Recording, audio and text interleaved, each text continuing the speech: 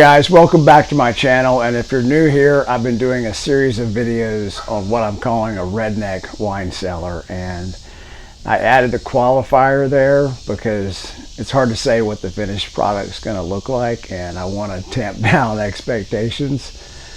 Two is that space is pretty small, and that's of course one of the reasons to tamp expectations, but in spite of that, I have other uses for that space, and one of them is going to be an area where I can tinker a little bit down there, particularly in extreme cold and hot months. And so last week I made a mistake in the video. That was one in the series, and part of that video was focusing on the stair building process, and I didn't make the stringers quite wide enough, and I wasn't happy with it. So this week I'm just going to focus on one, rectifying that mistake, and then two, just focusing on the stair building process. So anyway, I really appreciate you guys, and thanks for hanging around.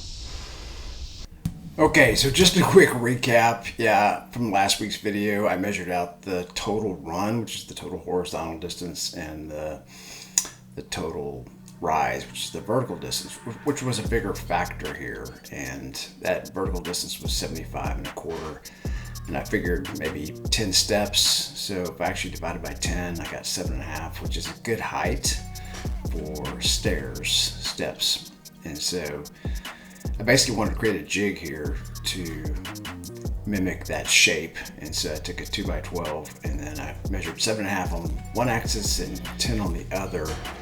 And that's going to be a triangle basically that I'm going to cut out and set on a piece of 2x4 that's going to act like a jig or an edge guide to run it along and mark that shape. So here's what I'm doing, is just putting that jig together, and then in a minute you'll see, sort of for illustrative purposes, my running it along a 2x and then marking the shape here. So that's basically all you need to do to create the stringers. And so I referred to a mistake that I made in the previous video, and that was right where the run and the rise meet. You can see it's pretty small, too small actually. So I'm going to put a 2x4 underneath that to support it, and I'm going to have to notch it a little bit because the angles do converge, which was I was fearful that they converged too much, but it looks like at the very end I'm going to have to notch it just to make it fit. And so I wanted to have 4 stringers in total, and so now that I learned from my mistake, I took a stringer that wasn't used that had that weak spot there, and I put it on a wider 2x and then traced everything out and recut everything. And just like last week's video, I talked about how I used anchor bolts to screw these stringers into the center block, and I did the same thing basically with the 2x4 that goes underneath now that I feel a lot better about. It's going to give it a lot more support. And then for the middle stringers, I'm going to use 2x12s, and I have to notch them out a little bit at the end as well, but I feel good about this. And for each individual rise, that's 7.5 inches, I had some plywood cut out that was 3/4 inches thick, which I think is good. And I wouldn't recommend using plywood for the treads, but for each individual rise, I think they're fine. So here I'm just lining everything up and screwing it in.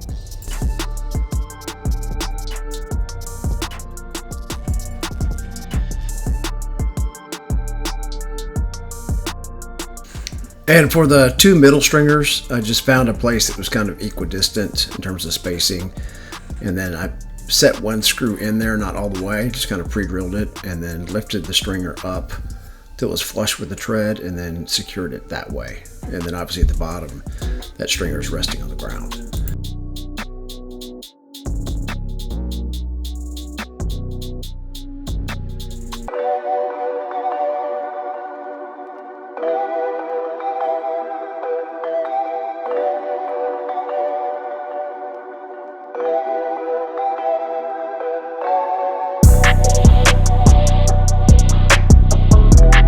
Okay, just a quick word on the shims. I noticed the stringers oftentimes weren't perfectly cut, and that's on me, but you can see some spaces there a little bit and where it's not totally flush. So I did use a lot of shims here just to make everything nice and flush. You can see some of the shims that I had to put in.